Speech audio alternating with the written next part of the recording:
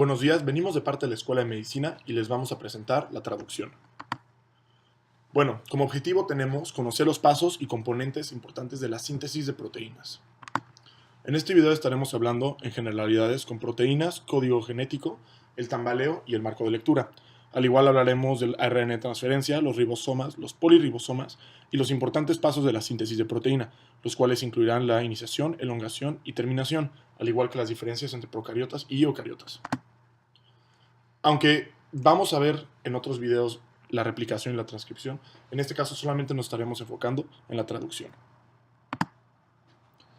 Las proteínas son muy importantes dentro del cuerpo. Tienen propiedades de defensa, como el sistema de complementos, enzimáticas para acelerar reacciones, de transporte para mover iones o sustratos dentro y fuera de la célula, al igual que para soportarla y su regulación. Y todas estas proteínas están formadas solamente por 20 aminoácidos.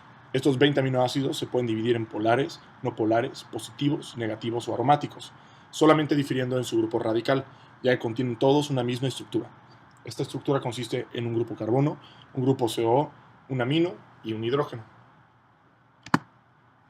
Las proteínas empiezan formándose como una estructura primaria, la cual consiste en una estructura lineal de aminoácidos unidos entre su C y N terminal por un enlace peptídico.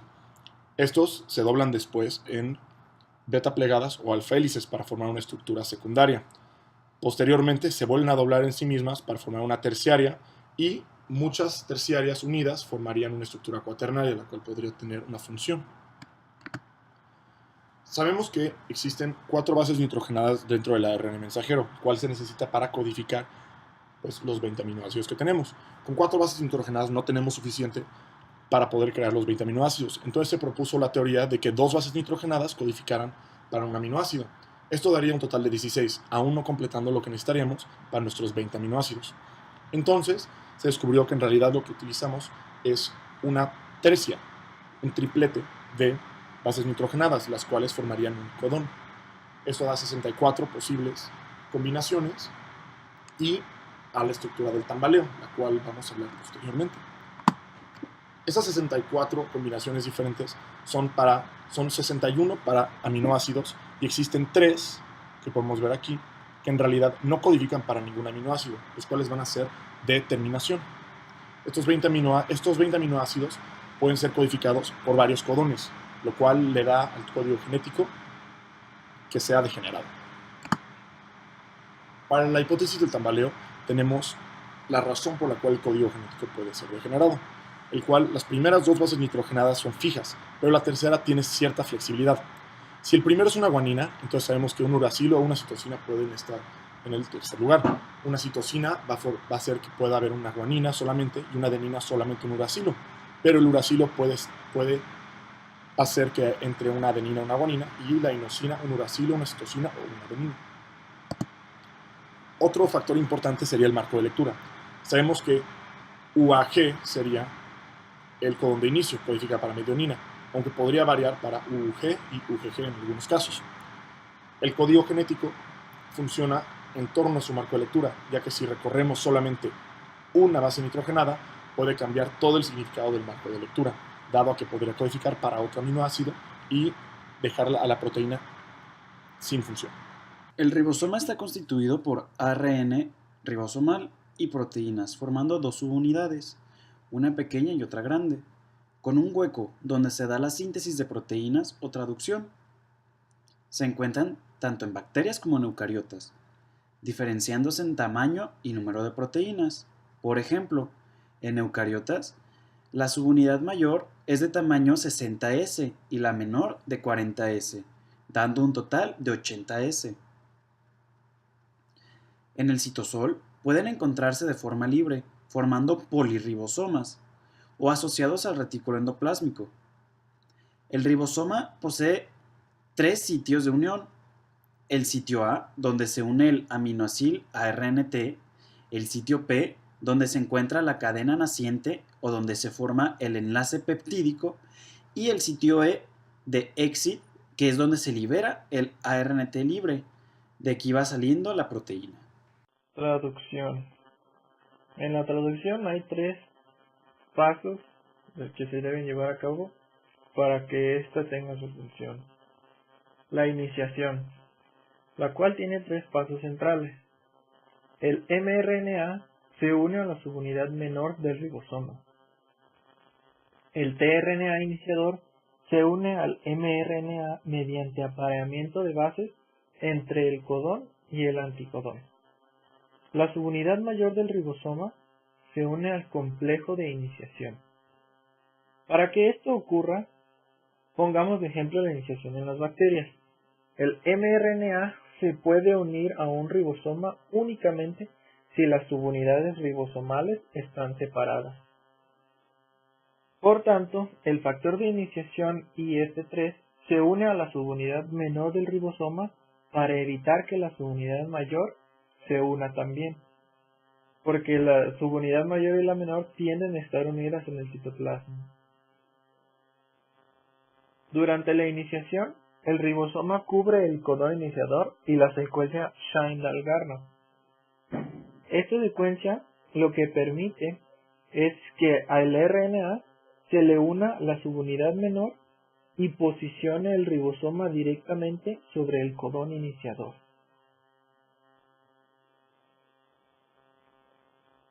Después de que este paso ocurrió, el tRNA iniciador en bacterias, que sería el formilmetionina tRNA, se une al codón de iniciación con la participación del factor de iniciación 2 unido al GTP. Este paso completa la formación del complejo 30S. Después, la molécula de GTP unida al IF2 se hidroliza, haciendo que los factores IF1 y IF2 salgan del complejo, y el IF3 se disocia de la subunidad menor, lo que le permite a la subunidad mayor unirse y formar el complejo de iniciación 70S. La iniciación en eucariontes es muy parecida a las procariotas, pero existen algunas diferencias. Por ejemplo, la subunidad mayor del ribosoma eucarionte, con la ayuda de los factores de iniciación, reconoce a la CAP y se une. La subunidad menor se desliza a lo largo del mRNA hasta que localiza el primer codón AUG, o sea, el de iniciación. La identificación de este codón de iniciación se facilita por la presencia de la secuencia consenso COSAC, que en las bacterias era la de Shine-Dalgarno. Esta rodea al codón de iniciación. También la cola poli A, presente en el extremo 3' del mRNA, desempeña un papel en la iniciación de la traducción. Las proteínas que se unen a la cola poli A interactúan con las proteínas que se unen a la CAP 5' e incrementan la unión de la subunidad menor del ribosoma al extremo 5' del mRNA. Este fue el primer paso en la iniciación. Para el siguiente paso, en la elongación, se requiere el complejo de iniciación 70S, el tRNA cargado con sus aminoácidos, o tRNAs cargados con sus aminoácidos, factores de elongación y GTP. Cada ribosoma tiene 3 sitios de unión para el tRNA: el sitio A, el sitio P y el sitio E. El sitio A es para la unión del aminoácido RNAT. Para el sitio P es el peptidil RNAT.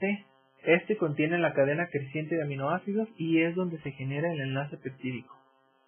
El sitio E de salida es para el RNAT saliente, tRNA saliente. Los pasos para la elongación son que el tRNA iniciador, o sea el formilmetionina tRNA, se ocupe el sitio P del ribosoma. El factor de elongación TU, el GTP y el tRNA cargado forman un complejo. El complejo del punto 2, o sea el anterior, el complejo del EFTU con el GTP y el tRNA cargado, entra al sitio A del ribosoma. Después de que el tRNA cargado entra al sitio A, el GTP se hidroliza a GDP y se libera el complejo del factor de elongación TU con el GDP. Para que este proceso vuelva a pasar, esta reacción vuelva a ocurrir, el EFTS regenera el complejo de factor de elongación TU con GTP y queda listo para unirse a otro tRNA cargado. Después se forma el enlace peptídico entre los aminoácidos del sitio P y el sitio A. El ribosoma se mueve un triplete hacia adelante con la participación del factor de elongación G y el GTP después de que se generó el enlace peptídico. Después, el tRNA, que estaba en el sitio P, ahora se mueve al sitio E y luego al citoplasma, porque el sitio E es el sitio de salida. El tRNA que ocupa el sitio A ahora está en el sitio P y el sitio A está listo para recibir otro tRNA. Conforme este proceso va ocurriendo, se empieza a crear un polipéptido y el polipéptido, cuando está completamente terminado, el ribosoma se transloca a un codón de terminación, en el cual no existe un tRNA con un anticodón que se apare con el codón de terminación. Cuando el ribosoma llega a este codón de terminación, un factor de liberación 1 se une al sitio A, después un factor de liberación 3 unido al GTP se une al ribosoma y el polipéptido se libera del tRNA del sitio P. Por esto se hidroliza el GTP unido al factor de liberación 3 a GDP. Y luego el RNA mensajero y el tRNA y los factores de terminación se liberan del ribosoma, terminando así el proceso de traducción. En resumen, primero se necesita un tRNA cargado. Después, para la iniciación, se forma el complejo 70S con el ribosoma ubicado sobre el codón de inicio AUG. Después ocurre la elongación por la cual se sintetiza el péptido y luego la terminación, que en esta es la unión del factor de liberación al codón de terminación para permitir la liberación del complejo del ribosoma y la liberación del polipéptido. Aquí tenemos una tabla comparando las diferencias entre traducción en células procariontes y eucariontes. Como primer punto, tenemos que en células procariontas la traducción es simultánea a la transcripción. Esto es que mientras se está terminando de transcribir el extremo 3', el extremo 5' libre del RNA mensajero se asocia a un ribosoma y al tRNA iniciador comenzando la traducción. Como segundo punto, tenemos que sus ribosomas están compuestos por subunidades 50S y 30S, lo cual hacen un complejo de 70S. 3. Estos se encuentran libres en el citoplasma. 4. Tienen un codón de iniciador que es el formilmetionina tRNA y un codón de elongación que es el metionina tRNA. 6. El mRNA mensajero tiene múltiples sitios de unión a ribosomas, los cuales pueden sintetizar varios polipéptidos a la vez. Y 7. Tiene secuencias Chantal-Carnot. En células eucariontes, la envoltura nuclear y la maduración que sufren los RNA mensajeros impiden su traducción inmediata. El RNA mensajero es leído después de que se haya abandonado el núcleo a través de los poros nucleares. Por lo tanto, como primer punto, tenemos que la traducción es post-transcripcional. Como segundo punto, tenemos que los ribosomas están compuestos por subunidades 60S y 40S, lo cual lo hacen un complejo de 80S. 3. Estos no tienen sitio E o de salida. 4. Se encuentran ligados al retículo endoplasmático rugoso o libres en el citoplasma. 5. Tenemos el mismo codón de iniciador de elongación, que es el metionina tRNA. 6. El RNA mensajero tiene un solo sitio de unión al ribosoma, por lo cual solamente puede sintetizar una cadena de polipéptidos a la vez y no tiene secuencias Chantal-Carnot. Para concluir con el video, tenemos que la síntesis de proteínas es un proceso que comienza en el paso de información genética del ADN al RNA mensajero. Tras el proceso de maduración del RNA mensajero, este sale del núcleo de la célula y ya en el citoplasma se une a un ribosoma donde dirige la traducción. Como ya se ha explicado, la clave de la traducción reside en el código genético, ya que este está compuesto por 3 nucleótidos consecutivos en el RNA mensajero, que estos se relacionan específicamente con los tipos de aminoácidos usados en la síntesis de proteínas. Cada triplete constituye un codón. Existen 64 codones totales, 71 de los cuales sirven para cifrar aminoácidos y 3 para terminar la traducción. Existen modificaciones post-transcripcionales en los cuales los polipéptidos, una vez sintetizados, pueden ser procesados. Uno de los más frecuentes es en el que tiene lugar por el extremo amino, el cual es el extremo N-terminal con su péptido señal. Las referencias. Gracias.